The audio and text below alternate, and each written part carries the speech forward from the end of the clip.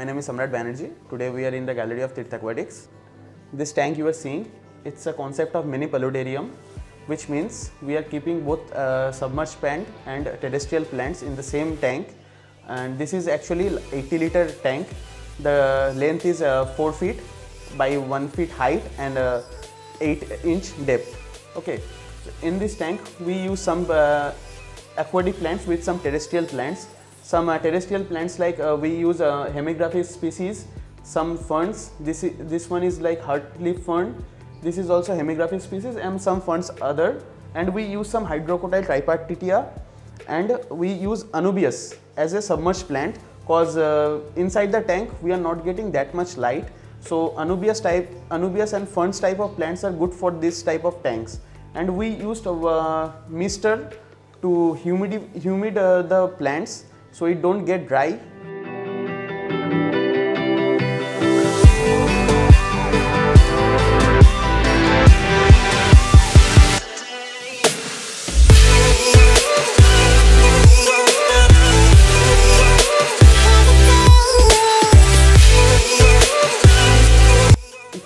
If you ever visited to a stream or a marsh area, so there you can see the plants are growing under the water and above the water.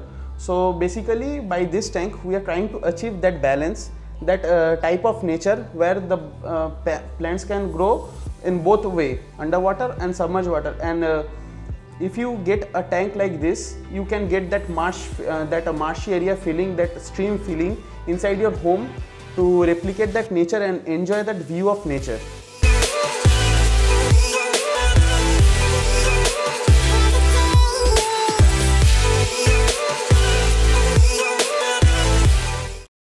We all walk with an outer glow, living on our insides, casting shadows.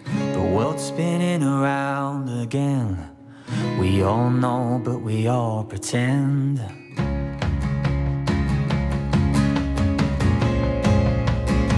Earth spinning round again. Blood pumping round again.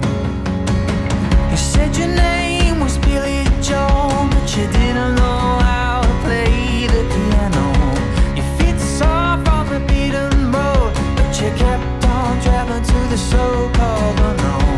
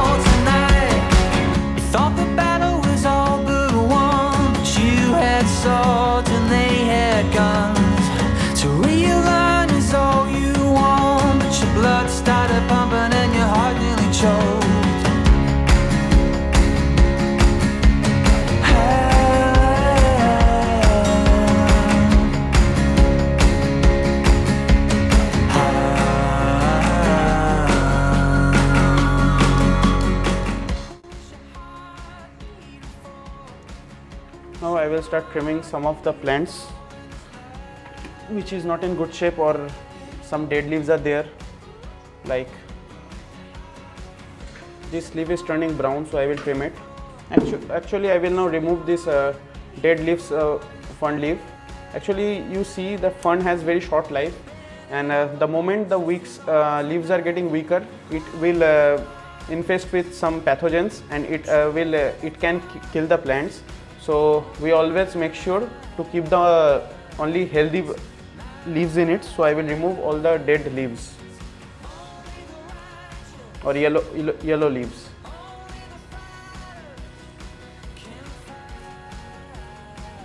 This one we don't want.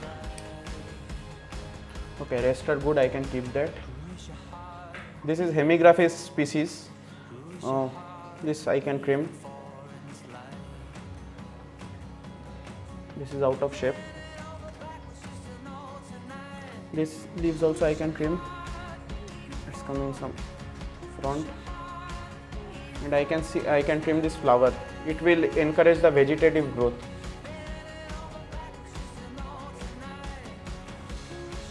I will remove most of the flowers now.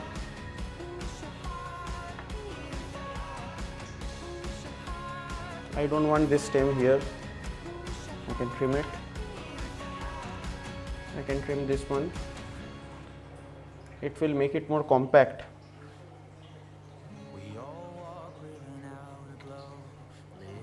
I don't want this one also.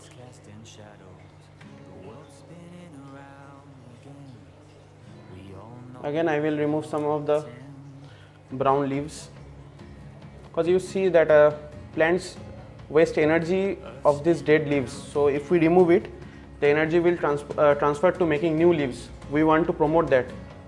So by doing it, we are promoting the new growth of the plant. So always frequent trimming is necessary, that's why.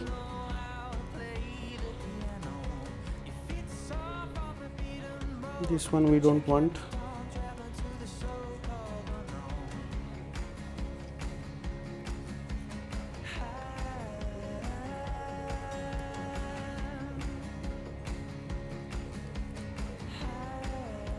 These long stems I can remove to make it more bushy. See the damaged leaves, it can kill the plant because it can be harmed by pathogens. So every time we saw leaves like this, we try to remove it. Okay, I can remove some of leaves from here to make sure light go inside the.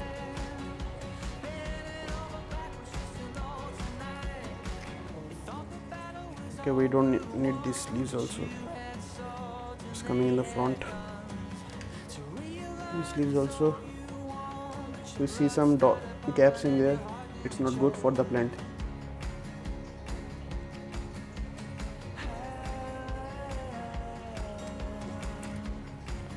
Okay, that's all trimmed. Now I will try to remove some hydrocotyle from here.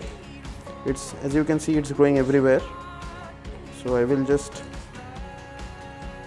use my hand to bring it, and I will trim it.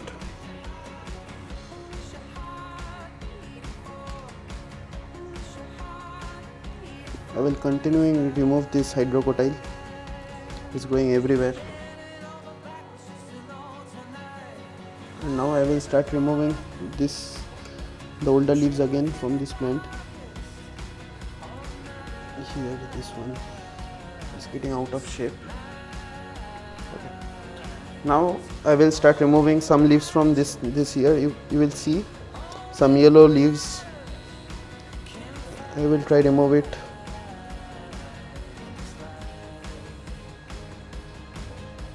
Actually, by removing it, we are encouraging the plant to produce new healthy leaves rather than wasting energy to the old leaves.